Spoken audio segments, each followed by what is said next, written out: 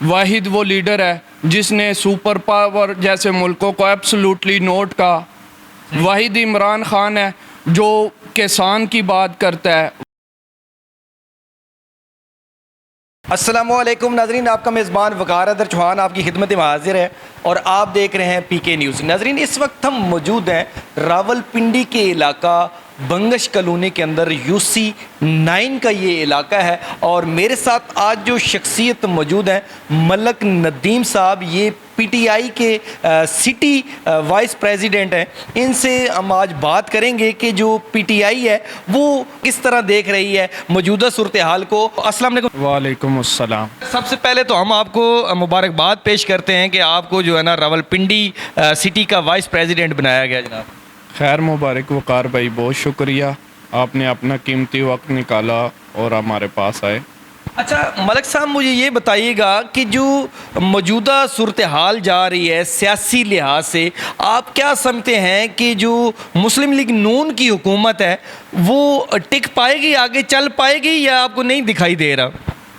देखें जी वकार भाई, आपके सामने है 4 महीने पहले सियासत के ऊपर शब खून मारा गया, इमरान खान साहब को निकाला गया सिर्फ ये कह के कि बहुत महंगाई हो चुकी है, बहुत महंगाई है, खान साहब ने ये कर दिया वो कर दिया।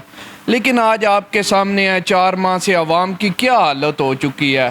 आज आवाम बिजली के बिल तक नहीं अदा कर सकती, गरीब आदमी अपने बच्चों को स्कूल नहीं भेज रहा, हालात बहुत ज़्यादा ख़राब हो चुके हैं।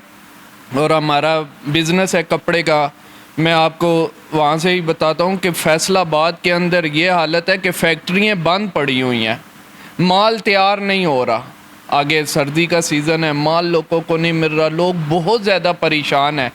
तो इसमें तो नज़र नहीं आता जो आवाम की सूरत हाल है कि ये टिक पाएंगे। अच्छा मुझे ये बताइएगा कि यहाँ पे जो काम करवाएं आपने यूसी 9 के अंदर जो है ना, स्पेशली जो काम करवाए हैं उनमें कौन कौन से काम हैं जो आप समझते हैं कि यार आवाम की बेहतरी के लिए हमने काम किए? देखें जी, यूसी 9 के अंदर माशाल्लाह अल्लाह के बाद और इमरान खान साहब का शुक्रिया भी अदा करते हैं और अपने एमपी एजाज़ खान एजाज़ी साहब का भी शुक्रिया अदा करते हैं कि उन्होंने यूसी 9 का बहुत ख्याल रखा है।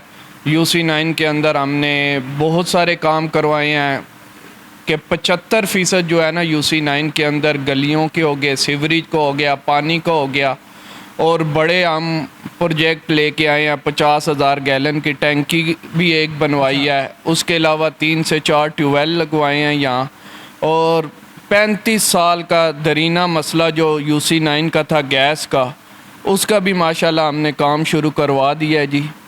यूसी 9 के अंदर गैस की पाइपलाइनें डाल रही हैं। अच्छा, दोबारा नई जो पहले थी वो डैमेज हो चुकी हैं, उनमें गैस सही नहीं आ रही? बिल्कुल बिल्कुल, गैस नहीं आ रही थी, यूसी 9 में बहुत ज़्यादा परेशानी थी।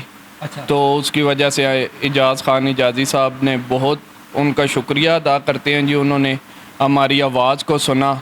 और हमारे बड़े भाई सैयद मतीउल्लाह शाह साहब का भी हम शुक्रिया अदा करते हैं, उन्होंने आज 2 साल से बहुत ज़्यादा मेहनत कर रहे थे इस प्रोजेक्ट के लिए, आज अल्लाह का शुक्र अदा करते हैं, वो हम लेके आने में कामयाब हुए हैं। अच्छा ये बताइएगा कि साफ़ पानी का भी इशू रहा है यूसी 9 के अंदर, तो वहाँ उसके लिए आपने क्या कुछ किया है? कोई ट्यूबवेल वगैरह लगे हैं या कोई इस तरह के काम किए हैं आपने? बिल्कुल जी बिल्कुल, हमने ज़ियाउल हक कॉलोनी में भी ट्यूबवेल लगवाया है और ऊपर बदर कॉलोनी में भी ट्यूबवेल लगवाया है। उसके अलावा ये पिरोदाई अड्डे में भी हमने 50,000 गैलन की एक टैंकी बनवाई है जी। कि जो पीटीआई का वर्कर है वो बहुत ज़्यादा पुरजोश है और एक्टिव है, ये क्या वजह है? देखें जी, 75 साल के बाद एक ही लीडर हमें मिला है। वाहिद वो लीडर है जो सब की बात करता है, वाहिद वो लीडर है जो 57 ममालिक के मुसलमानों को इकट्ठा करने की बात करता है, वाहिद वो लीडर है जो ओवरसीज़ पाकिस्तानियों को इज़्ज़त देने की बात करता है, वाहिद वो लीडर है जो सब पासपोर्ट को इज़्ज़त देना चाहता है, वाहिद वो लीडर है जो अक़वाम मुत्तहिदा में खड़े होकर शान रिसालत इस तरह उसने बयां किया कि मैं आपको क्या बताऊं जी। यहूदी लाबी भी एक दफ़ा मान चुकी है ये ख़त्म नबूवत की ये एक बात है, उन्होंने देखे जी 75 साल के बाद पहली दफ़ा करारदाद मंजूर करवाई है इमरान खान साहब ने। आज तक कोई मुफ्ती आलम 75 सालों में इतना पुरजोश या इस तरह उनके आगे ख़त्म नबूवत का बयान नहीं कर सका। देखें ये ख़ान साहब ने अक़वाम मुत्तहिदा में खड़े होकर शान रिसालत के ऊपर भी बहुत अच्छा काम किया।